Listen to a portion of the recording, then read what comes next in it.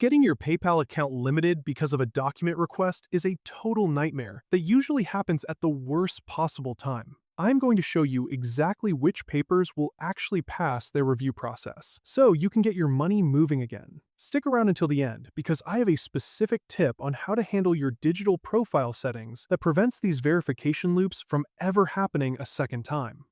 PayPal checks your identity because they have to follow strict financial laws called KYC regulations to make sure you are a real person and not a bot or a scammer. Think of it like a digital bouncer at a club who needs to see your ID before letting you handle cash.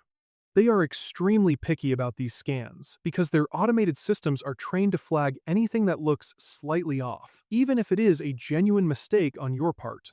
To get this right the first time, you need a high-quality photo of a government-issued ID. A passport is your best bet, but a plastic driver's license or a national identity card works perfectly too. Make sure the ID shows your full legal name, your date of birth, and the expiration date. If any of those are cut off or blurry, the system will kick it back immediately.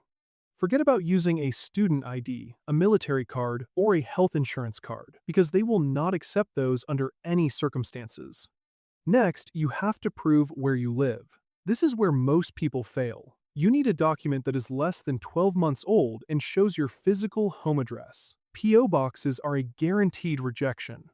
Grab a utility bill for water, gas, or electricity. If you do not have those in your name, a bank statement, a cell phone bill, or even your vehicle registration will work. Just make sure every single corner of the paper is visible in the photo. If you are running a business account, you have to provide a bit more. You will need your official business registration or articles of incorporation. They also want to see your tax identification letter from the government, like an IRS confirmation if you are in the States. Make sure the name on your bank statement matches the business name exactly as you typed it into PayPal.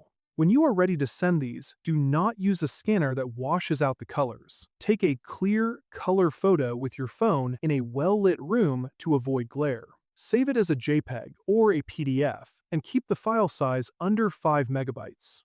Head to the Resolution Center on the PayPal website and upload them there. The pro tip for staying out of trouble is to always check that the name and address on your documents are a perfect character-for-character match with your PayPal profile before you hit upload. If your ID says Robert, but your profile says Rob, you will be rejected. Update your profile names first, then upload. Now that your documents are sorted, you should probably check out how to properly link and verify your bank account to avoid withdrawal limits.